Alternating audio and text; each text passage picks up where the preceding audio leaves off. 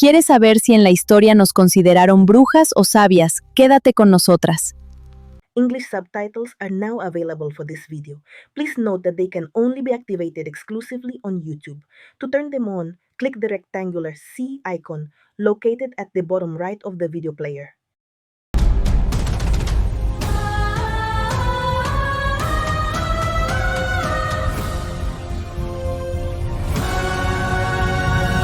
¿Y si te dijera que el baño María que usas en tu cocina no es un simple truco culinario, sino un invento sagrado de hace 2000 años diseñado para transmutar el alma?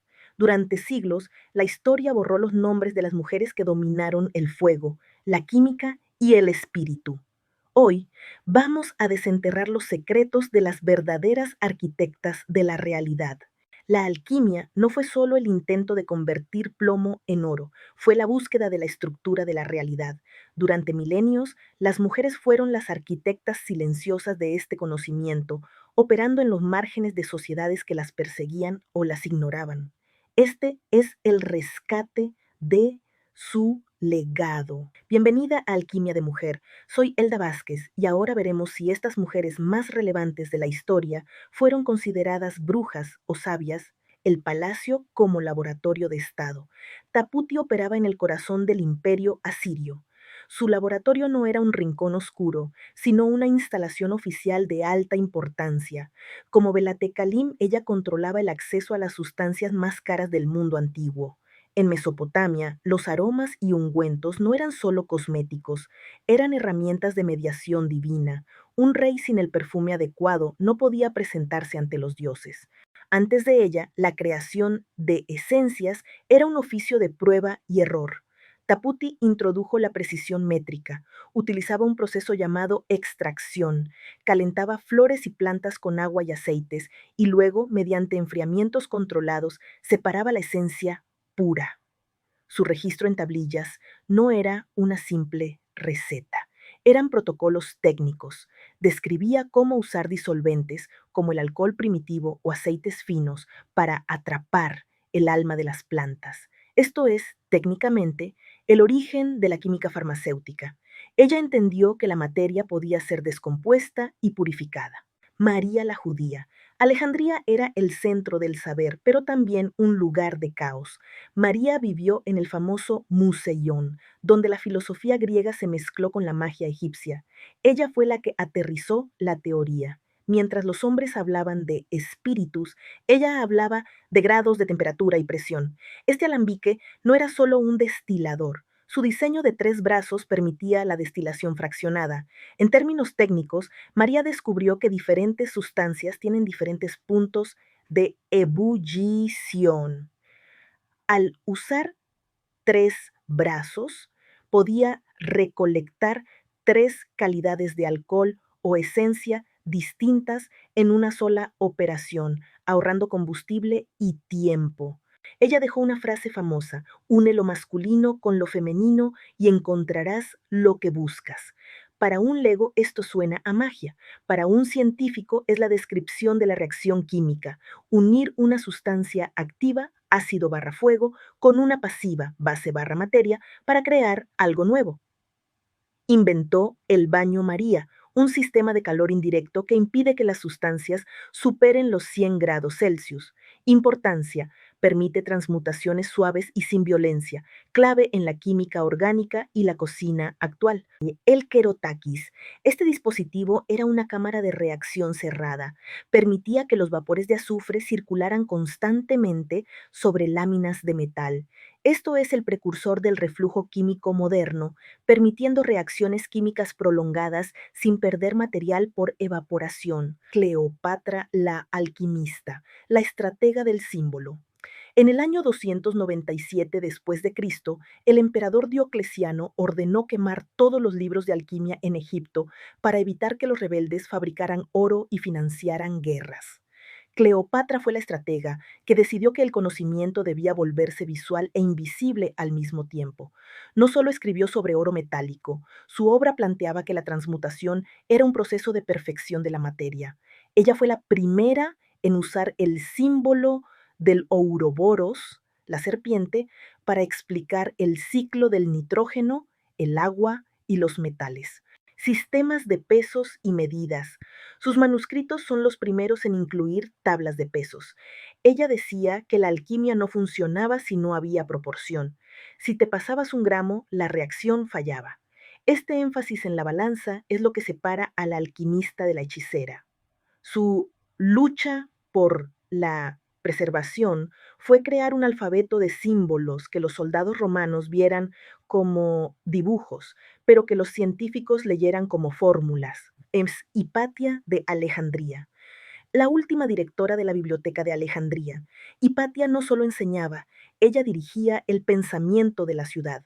En su aula se sentaban los futuros gobernantes de Egipto. Su conocimiento en matemáticas era tan avanzado que se dice que corrigió las obras de Ptolomeo y Diofanto. Ella perfeccionó el astrolabio plano, una computadora analógica de la antigüedad.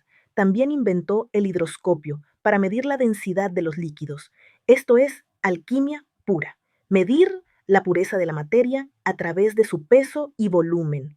El obispo Cirilo no la odiaba solo por ser mujer, la odiaba porque ella representaba la autoridad de la verdad. Cuando Hipatia explicaba el cosmos, la gente dejaba de creer en los milagros impuestos y empezaba a creer en las leyes de la naturaleza. Los parabolanos, los monjes ejecutores, le quitaron la vida usando conchas marinas para desgarrar su piel. Fue un ritual diseñado para destruir la belleza y la inteligencia que desafiaba al dogma. Mary Ann Atwood, la tensión en la era de la razón. Mary Ann nació en un momento donde la ciencia oficial estaba descartando a la alquimia como un error histórico. Ella, junto a su padre Thomas South, decidió hacer lo contrario, rescatar la alquimia.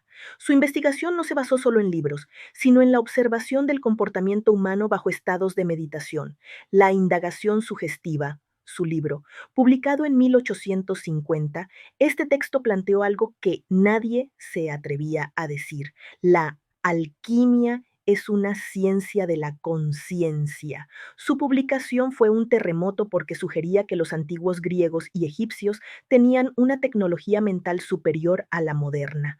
Los académicos la tacharon de loca por validar supersticiones, pero la iglesia fue más allá, la acusó de promover una forma de autosalvación. Si el hombre podía transmutarse a sí mismo en su propio atanor, es decir, un horno interno, la institución eclesiástica perdía su función de intermediaria. El sacrificio por fuego. ¿Por qué quemó su libro? Mary Ann entró en un estado de pánico ético. Creyó que había revelado un secreto demasiado poderoso que en manos de una sociedad victoriana obsesionada con el dinero y el poder material sería utilizado para el mal. Por eso quemó su libro. Ese acto de destruir su obra es una de las mayores tragedias y a la vez uno de los actos de integridad más grandes de la historia de la ciencia. La tensión en la era de la razón. Marie-Louise von Franz fue la mente maestra tras Carl Jung. Aunque Jung es el nombre famoso, von Franz fue la ingeniera de datos.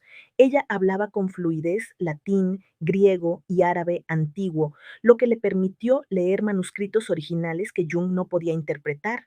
Ella no solo traducía palabras, traducía conceptos químicos antiguos a conceptos psicológicos modernos. Ella explicó que cuando los alquimistas veían al plomo derretirse y transformarse, estaban proyectando lo que sucedía en su propia mente. Sus estudios sobre los sueños y la alquimia demostraron que los símbolos que aparecen en nuestras noches son los mismos que María la Judía dibujaba en el siglo I. Su gran aporte social fue la aplicación práctica. Para von Franz, el nigredo, la etapa negra de la alquimia de putrefacción, era equivalente a la depresión profunda. Ella enseñó que no hay que huir de la oscuridad, sino cocinarla en el atanor de la terapia para que se transforme en albedo, luz barra claridad. Legado, fundó el Instituto C.G. Jung en Zúrich y dejó claro que la alquimia es la madre de la psicología profunda. Sin ella, la alquimia hoy seguiría siendo vista como un fraude de buscadores de oro. Neri Oxman, la arquitecta de la vida. Es vital resaltar su paso del MIT Media Lab a su propia firma en Nueva York. Su gran aporte al MIT fue la ecología material, un término que ella acuñó para describir una nueva era donde el diseño no consume la naturaleza, sino que la imita. El uso de materiales homogéneos e inertes, como el acero o el concreto, considera que estos materiales rígidos y no se adaptan. Oxman propone materiales heterogéneos, una sola estructura que cambia de densidad y función según se necesite, tal como un hueso es poroso por dentro y duro por fuera. Oxman ha experimentado con la melanina, el pigmento de nuestra piel, para crear estructuras que protejan de la radiación solar, tal como lo hace nuestro cuerpo. Oxman construyó torres de 5 metros de alto, hechas totalmente de caparazones de camarón procesados. Lo asombroso es que cuando llueve, estas torres sienten el agua y sus poros se cierran o abren. Ella creó su laboratorio Oxman en Nueva York y desde ahí está trabajando en cómo aplicar esto a la moda y la arquitectura urbana. Su visión es que en el futuro no compraremos ropa, sino que la cultivaremos a nuestra medida y nuestras casas no se pintarán, sino que mudarán de piel biológicamente para sanarse solas. Si este video te ha gustado y sientes que esta información histórica sobre las mujeres alquimistas de la historia ha aumentado tu conocimiento, por favor dale al botón de suscribirse. De esta forma, logramos llegar a más personas y compartir estos conocimientos. En la sección de comentarios, te dejo un glosario de los conceptos utilizados en este video. Esto es Alquimia de Mujer y yo soy Elda Vázquez. Suscríbete en las redes de Alquimia de Mujer en YouTube, Facebook, Instagram y TikTok.